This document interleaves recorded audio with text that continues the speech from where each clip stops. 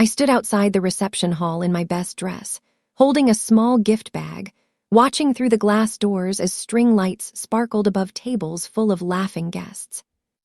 I had paid for every single one of those string lights myself. My name is Grace. I was 36 years old, standing alone in a parking lot on the night of my younger sister's wedding, realizing, slowly and painfully, that the woman who had just promised forever to the love of her life had quietly decided there wasn't room for me at her reception.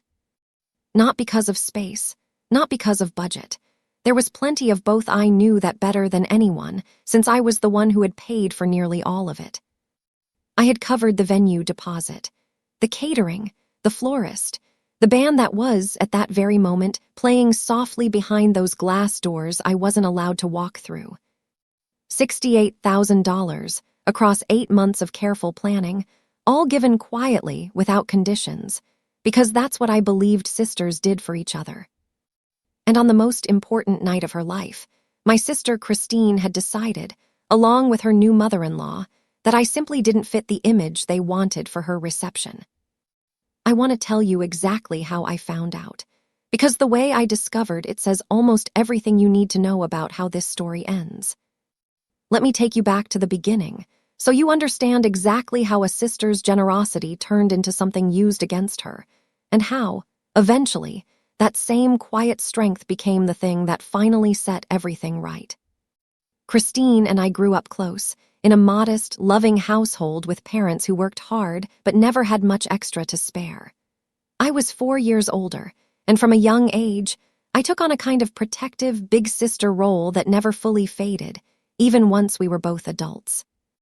I built a successful career in commercial real estate over the years, not through any dramatic stroke of luck, but through steady, disciplined work, long hours, and a genuine talent for negotiation that I'd developed since childhood, mostly through negotiating extra dessert privileges with our parents on Christine's behalf.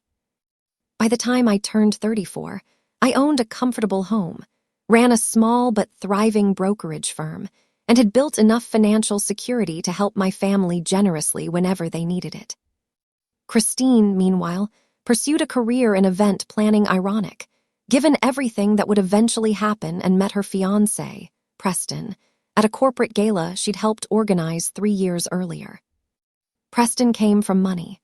Real money, the kind accumulated over generations, carefully guarded and quietly flaunted through country club memberships and carefully curated social circles. I liked Preston well enough when I first met him. He was polite, articulate, clearly devoted to Christine. But his mother, Margaret, was an entirely different matter altogether. Margaret Whitfield was the kind of woman who measured everyone's worth through a very specific, narrow lens: old money, prestigious schools, recognizable last names. She was polite to me during our first few interactions, though her politeness carried an unmistakable undertone of careful evaluation, as though she were quietly calculating exactly where I fit within her son's new extended family. I didn't fit neatly into her preferred categories. I hadn't attended an Ivy League school. My real estate success, while genuinely impressive within our own family's context, likely seemed modest compared to the multi-generational wealth Margaret was accustomed to. And perhaps most significantly, in Margaret's eyes, I was still single at 36, no husband, no children, running my own business independently.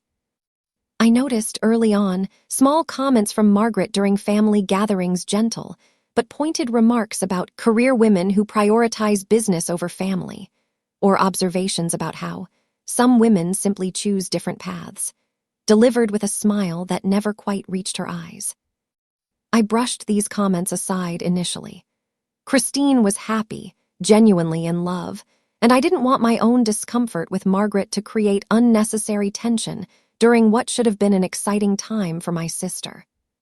But as wedding planning began in earnest, Margaret's influence over Christine's decisions became increasingly, uncomfortably apparent. When Christine and Preston got engaged, they initially planned a modest, intimate wedding, something well within their own combined savings, reflecting the kind of celebration Christine had always dreamed of since we were girls. But Margaret had different ideas entirely.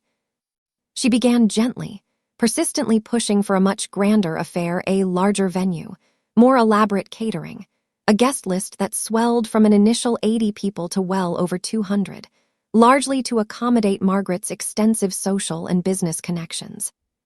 Christine called me one evening, clearly overwhelmed.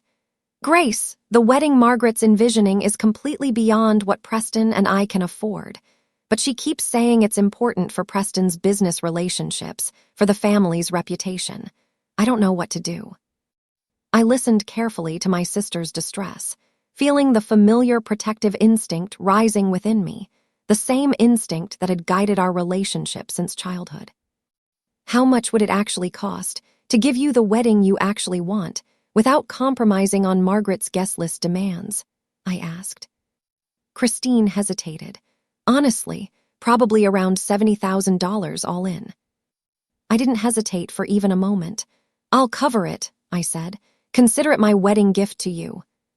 Christine cried on the phone, overwhelmed with gratitude. "Grace, I can't ask you to do that." "You're not asking," I said gently. "I'm offering.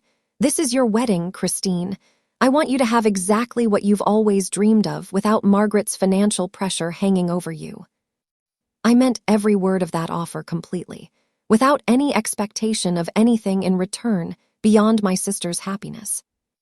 I had no idea, at the time, exactly how thoroughly that generosity would eventually be used against me. Over the following 8 months, I worked closely with Christine and increasingly with Margaret herself, coordinating vendor payments, reviewing contracts, ensuring every detail of the wedding came together exactly as promised. I want to be clear. I never once used my financial contribution as leverage to control decisions. I trusted Christine's vision completely, offering input only when directly asked, always deferring to her preferences over my own opinions. But as planning progressed, I began noticing an uncomfortable pattern emerging in how Margaret discussed the wedding, particularly when she assumed I wasn't within earshot. During one planning meeting at Margaret's country club, a venue I was, ironically, personally funding, I overheard her speaking with the wedding coordinator about seating arrangements. "We'll need the head table to reflect properly on both families," Margaret said smoothly. "Preston's grandparents, obviously, along with several key business associates who simply must be seated prominently." "And the bride's side?" the coordinator asked.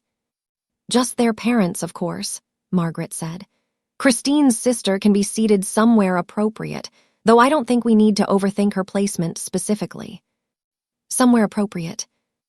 I stood quietly near the doorway, absorbing those words, telling myself once again that I was likely misinterpreting an innocent, practical planning conversation. But similar comments continued surfacing throughout the following months, always framed as practical logistics, always somehow positioning me as a peripheral consideration rather than genuine family. About 4 months before the wedding, during a particularly tense planning session, Margaret raised a topic that troubled me far more deeply than her earlier comments about seating. "Christine, darling," she said, reviewing the growing guest list carefully, "I think we need to discuss the reception numbers more seriously.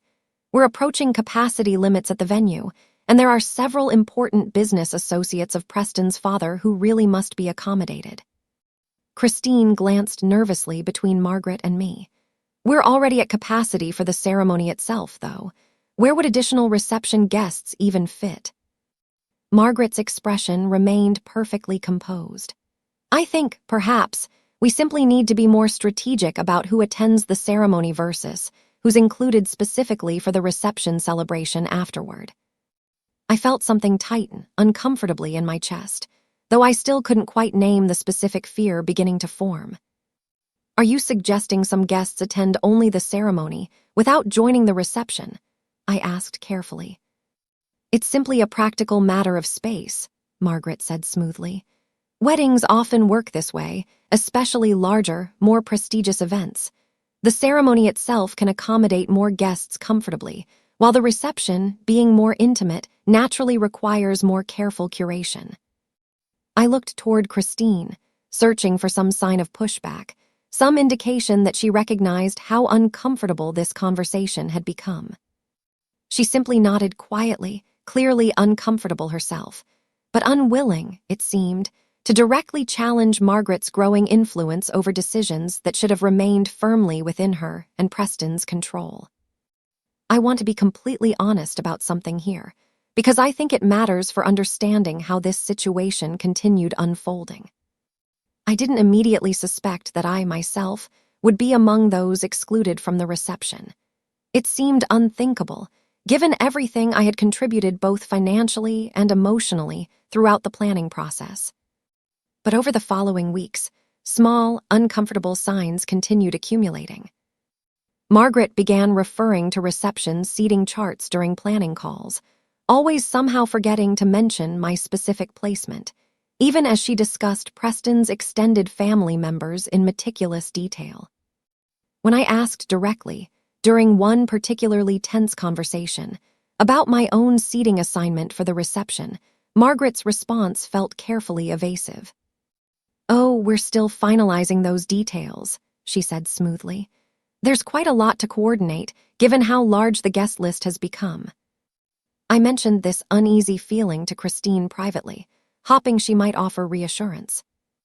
"Grace, don't worry," she said, though her voice carried a nervous edge I couldn't quite ignore. "Of course you'll be at the reception. You're my sister. It's probably just Margaret being overly particular about logistics, the way she always is." I wanted desperately to believe her. I told myself, repeatedly, that Christine would never allow something so painful and disrespectful to actually happen, especially given everything I had personally sacrificed to make her dream wedding possible. I was, tragically, still underestimating exactly how much influence Margaret had gained over my sister's decisions during those final months of planning. 3 weeks before the wedding, formal invitations finally went out to the broader guest list, including many of Preston's extended family and business associates who hadn't been directly involved in the planning process. I received my own invitation shortly after a beautifully designed card confirming my attendance at the ceremony. There was no separate reception card included. I stared at that invitation for a long time, feeling a cold, sinking realization slowly crystallizing within me. I called Christine immediately, my voice carefully controlled despite the rising panic building within my chest. "Christine," I said, "my invitation only includes the ceremony. There's no reception card."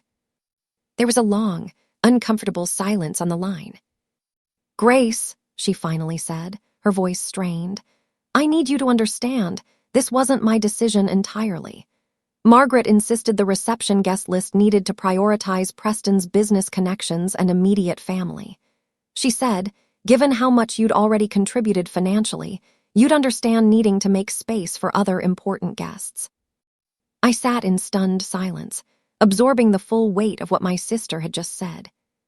"Christine," I said quietly, my voice trembling slightly, "I paid for nearly this entire wedding, and now I'm being told there isn't room for me at the celebration itself." "I'm so sorry, Grace," she said, her voice breaking. "I tried to push back, I really did, but Margaret made it clear this was important for Preston's family reputation, and I didn't know how to keep fighting about it without causing a bigger problem right before the wedding." I want to be honest about the days leading up to the wedding, because they were some of the most emotionally confusing days of my life. Part of me wanted to simply refuse to attend at all, given the painful humiliation of being excluded from the reception I had personally funded. But another part of me, the same protective instinct that had guided my relationship with Christine since childhood, couldn't bear the thought of missing her actual wedding ceremony, regardless of everything else happening around it. So I made a difficult decision. I would attend the ceremony out of genuine love for my sister, but I would not simply accept, without addressing directly, the painful reality of being excluded from the reception itself. I called Patricia No Wait. That name belonged to a different story entirely. I called my own close friend, Danielle, an attorney I'd known since college, needing someone level-headed to help me process everything happening. "Grace," Danielle said carefully, after I explained the full situation. "I think you need to consider something important, separate from the emotional pain of feeling excluded.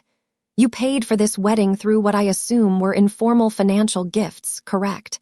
Not through any formal contract or agreement." "Correct," I said. "It was simply meant as a generous gift to my sister." "Then legally," Danielle explained, "you likely don't have direct recourse regarding the funds themselves. But I think, more importantly, you need to consider what boundary you want to establish moving forward, regardless of what happens at the wedding itself." Her words, though not offering the immediate resolution I might have hoped for, helped me approach the wedding day with clearer, calmer intention.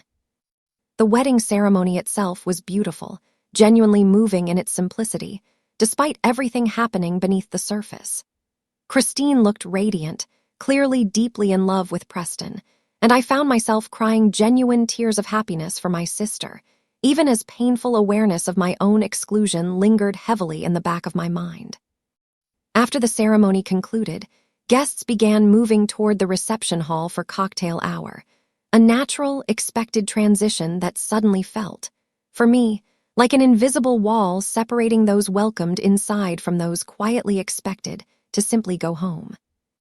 I stood near the entrance, watching Christine and Preston's immediate wedding party begin moving toward the reception space, uncertain exactly how to navigate this painful, unprecedented moment. Margaret approached me directly, her expression carrying a practiced, polite coolness.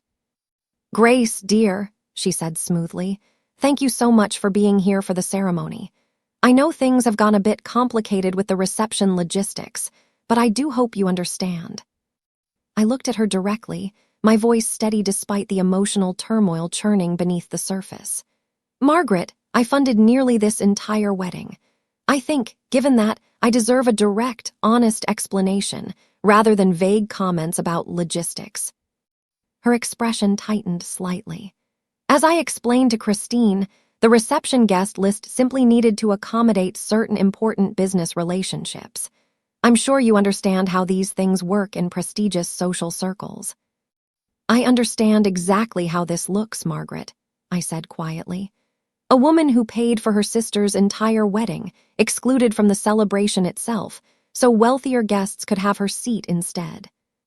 Margaret's composed expression flickered slightly, though she quickly regained her practiced smile. "I really don't think that's a fair characterization, dear." I didn't respond further. I simply turned and walked toward the parking lot, my heart heavy, my mind already beginning to process exactly how I intended to move forward from this painful, clarifying moment. I sat in my car for nearly 20 minutes that evening, watching guests continue arriving for the reception, unable to fully process the magnitude of what had just happened. Eventually, I drove home alone, changed out of my formal dress, and sat quietly in my living room, processing the full weight of everything that had unfolded. Around 10 that evening, Christine called me, her voice tearful and clearly overwhelmed. "Grace, I'm so sorry. I saw you leave. I wanted to come find you, but Margaret insisted I needed to stay for the reception toasts." "I understand, Christine," I said carefully, though my voice carried a firmness I hadn't fully expressed until that moment. "But I need you to understand something clearly, too. What happened tonight wasn't simply an uncomfortable logistics issue. It was a decision, made by you and Margaret, to exclude me from celebrating a wedding I paid for almost entirely." "I know," Christine said, crying harder now. "I know, and I hate that it happened this way. I just felt so much pressure from Margaret. And I didn't know how to push back, without causing a huge fight right before my wedding." I sat with her words for a long moment, feeling a complicated mixture of continued love for my sister and clear, painful recognition of how thoroughly she had allowed Margaret's influence to override basic fairness and respect toward me. "I love you, Christine," I said honestly, "but I need some time and space to process everything that happened tonight before we figure out what our relationship looks like moving forward." I didn't act impulsively in the days following the wedding. That's simply not who I am, and it never has been. I spent nearly 2 weeks reflecting carefully on everything that had happened, separating the genuine love I felt for my sister from the painful, undeniable reality of how thoroughly I'd been excluded and disrespected throughout the wedding planning process. I thought carefully about the pattern that had emerged: Margaret's persistent, subtle marginalization, Christine's repeated unwillingness to firmly establish boundaries, protecting my place within her own wedding celebration, despite my substantial financial and emotional investment throughout the process. I want to be clear about something important here, because I think it matters for understanding what happened next. I didn't decide to take any dramatic, punitive action against Christine or Margaret. I wasn't interested in petty retaliation or public humiliation. Instead, I made a quieter, more personally significant decision. I would establish clear, firm boundaries moving forward, regarding both my financial generosity and my emotional availability within this particular family dynamic. I called Christine after those 2 weeks of reflection, asking her to meet me for coffee, alone, without Margaret or Preston present. She arrived looking noticeably tired, clearly aware that this conversation carried significant weight for our future relationship. "Christine," I began carefully, "I love you, and I'm genuinely happy you found someone who makes you happy. But I need you to understand something clearly, moving forward. What happened at your wedding wasn't a simple logistics oversight. It was a pattern of behavior, allowed to continue over 8 months, that consistently prioritized Margaret's social image over basic respect and fairness toward me." Christine nodded slowly, tears forming in her eyes. "I know, Grace, I really do. I've thought about it constantly since the wedding. I let Margaret's pressure completely override what I knew deep down was wrong. I need to establish some clear boundaries," I continued, "not out of anger, but out of genuine self-respect. Moving forward, I won't be providing significant financial support for family events unless there's clear, mutual respect established beforehand regarding my inclusion and treatment within those events."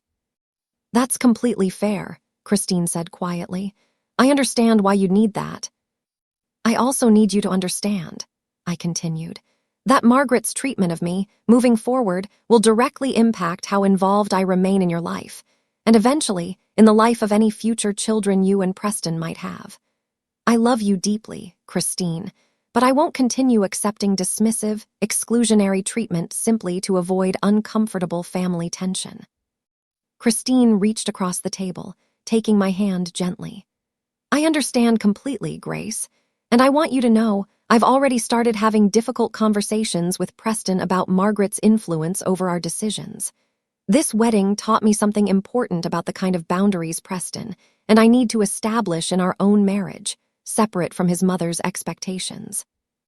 I appreciated her honesty, though I recognized, realistically, that meaningful change would need to be demonstrated through consistent future actions, rather than simply through this single, difficult conversation. Over the following months, I maintained careful, respectful distance from Margaret specifically, while continuing to nurture my relationship with Christine directly, separate from her mother-in-law's influence. I declined several family gatherings where Margaret was prominently involved, politely but firmly explaining that I needed additional time before comfortably navigating shared spaces with her again. Christine, to her credit, made a genuine, consistent effort to establish clearer boundaries within her own marriage, gradually creating more space for our relationship to exist independently of Margaret's persistent influence. Preston, once he became fully aware of everything that had happened, reached out to me directly as well, offering a sincere, thoughtful apology. "Grace," he said, during a coffee meeting he specifically requested, "I had no idea how deeply my mother's influence affected the wedding planning process, particularly regarding your treatment. I'm genuinely sorry, and I want you to know, moving forward, I intend to be much more actively involved in establishing appropriate boundaries with my mother regarding our family's decisions." His genuine, direct acknowledgement meant a great deal to me, particularly given how absent his voice had been throughout the actual wedding planning process itself. About 4 months after the wedding, I learned something additional that added important context to everything that had happened. through a conversation with Danielle, who had done some quiet research on my behalf, given her professional connections within the local event planning industry. "Grace," she said carefully, "I don't want to add unnecessary pain to everything you've already processed, but I think you should know something relevant." She explained that Margaret, in her efforts to accommodate Preston's business associates at the reception, had specifically prioritized several guests who represented potential investment opportunities for Preston's family business guests, whose social approval Margaret considered significantly more valuable than my own presence at my sister's wedding. "In other words," Danielle explained gently, "your seat wasn't simply reassigned due to genuine space limitations. It was calculated, weighed directly against Margaret's assessment of your social and business value compared to wealthier, more prestigious guests." I sat with this information for a long, painful moment, feeling old wounds reopening slightly, even as the clarity itself ultimately reinforced my decision to maintain firm boundaries regarding Margaret specifically. "I appreciate you telling me," I said honestly. "It doesn't change how I'm already handling the situation, but it does help me understand more clearly exactly what happened and why." I called Christine that same evening, sharing this additional context, though carefully framing the conversation around clarity rather than reopening old wounds unnecessarily. "I'm not telling you this to make things harder," I explained. "I just think it's important you understand clearly, moving forward, exactly how Margaret's value system operates, especially as you continue building your own family and making your own decisions, separate from her expectations." Christine was quiet for a long moment.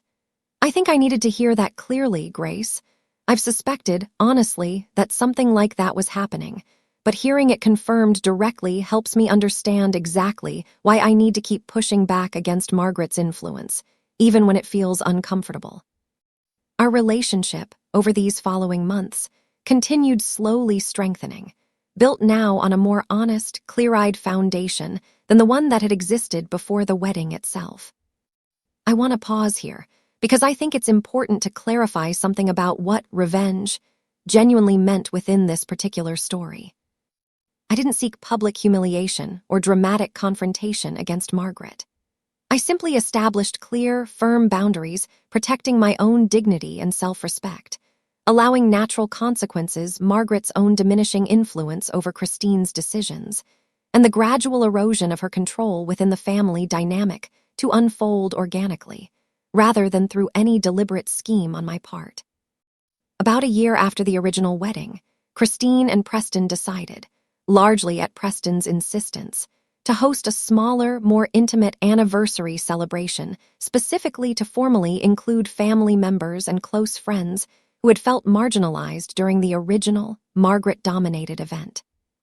Christine called me personally to extend the invitation.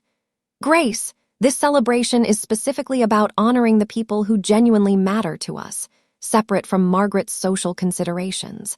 I want you seated at our table, front and center, exactly where you should have been from the beginning." I felt something warm and cautiously hopeful settle within my chest at her words, though I remained careful about fully trusting this gesture until I saw it genuinely realized. The anniversary celebration, when it finally occurred, was noticeably different from the original wedding reception. Smaller, more intimate, clearly centered around genuine relationships rather than social positioning or business connections. I was seated directly beside Christine and Preston, prominently included in toasts and photographs, genuinely celebrated as an integral part of their family's story.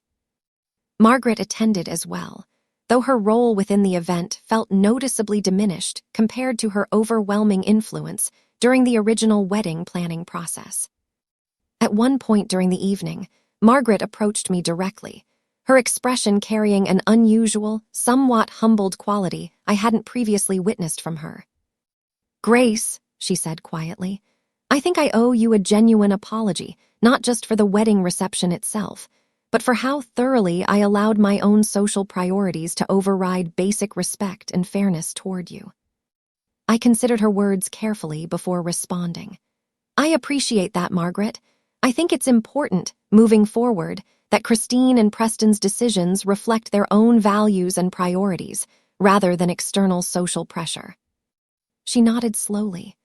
I've realized, honestly, watching Preston and Christine navigate their marriage this past year, that my influence had become far more controlling than I'd previously recognized. I'm working on that, though I know actions, not simply words, will need to demonstrate real change. 2 years after the original wedding, our family gathered for what had become an annual tradition, a smaller, more intimate holiday celebration, specifically centered around genuine family connection, separate from any larger social obligations or business considerations. My relationship with Christine had grown significantly stronger during this period, built now on a foundation of honest, direct communication rather than the unspoken assumptions that had previously allowed Margaret's influence to create such painful distance between us. Preston, too, had become someone I genuinely respected and appreciated, having demonstrated consistent effort toward establishing healthier boundaries within his own family dynamic, separate from his mother's controlling tendencies. My relationship with Margaret remained more measured, appropriately cautious given everything that had happened, though it had evolved into something resembling genuine, if careful, mutual respect. During that holiday gathering, Christine raised her glass unexpectedly, addressing the small group gathered around her table. I want to say something, she said, her voice steady but emotional. 2 years ago, I made a decision, under significant external pressure, that deeply hurt someone I love more than almost anyone else in this world. I've thought about that mistake constantly since then, and I want everyone here to know how genuinely grateful I am that Grace was patient enough and strong enough to help me understand exactly what real family, real respect, actually looks like. She turned toward me directly. Grace, you paid for my wedding, but more importantly, you taught me, through everything that happened afterward, exactly what genuine, unconditional love and boundaries actually look like, working together. I love you, and I'm endlessly grateful you didn't give up on our relationship, even when I clearly failed you. I felt tears forming in my own eyes, genuine warmth finally settling completely within my chest. To family, I said quietly, raising my own glass. The real kind, built on honesty and mutual respect, rather than simply obligation or social image. I think often about that parking lot, standing outside the reception hall in my best dress, watching string lights I had personally paid for sparkling above a celebration I wasn't welcome to join. For most of my adult life, I believed that generosity, given freely and without conditions, should never require anything in return, including basic respect and acknowledgement. But I learned something important through this experience, something I carry with me still. Generosity, even when given freely, still deserves recognition and respect. Kindness should never be quietly absorbed into someone else's sense of social positioning, nor should it be taken for granted simply because addressing unfairness honestly feels uncomfortable or inconvenient. Boundaries, I've come to understand clearly, aren't the opposite of love. They're actually one of love's clearest, most honest expressions, particularly within complicated family dynamics, where external influences can gradually erode basic fairness and mutual respect. I didn't establish those boundaries to punish Christine or to seek dramatic revenge against Margaret. I established them because continuing to give generously, in the face of clear disrespect, would have taught everyone involved exactly the wrong lesson. That genuine generosity somehow obligates the giver to endless, unacknowledged exclusion. Instead, that difficult, necessary boundary ultimately created space for something far more valuable to emerge: a relationship with my sister built on genuine honesty, mutual respect, and hard-earned understanding, rather than unspoken assumptions and quiet resentment. That's the lesson I want to leave you with today. If you're someone who has given generously, only to feel that generosity slowly transformed into something expected, something taken for granted, or something used to justify your own exclusion, I hope this story reminds you of an important truth. You are allowed to expect basic respect and acknowledgement in return for genuine generosity. You are allowed to establish clear boundaries, even within complicated family dynamics, without abandoning the love you genuinely feel for the people involved. And sometimes, the most loving thing you can do for yourself, and even for the people you care about most deeply, is to allow natural consequences to teach the lessons that quiet acceptance never could. Because in the end, the relationships that truly last aren't built on unconditional, unacknowledged giving. They're built on mutual respect, genuine honesty, and the courage to expect and receive exactly the treatment real love actually requires. If this story resonated with you, if it reminded you of the importance of boundaries, gratitude, or quiet strength within your own family relationships, share it with someone who might need to hear it today. And remember, the next time someone mistakes your generosity for an unlimited, unconditional resource, you don't have to accept that quietly. Sometimes, the most powerful thing you can do is simply, calmly, expect the respect that real love actually requires.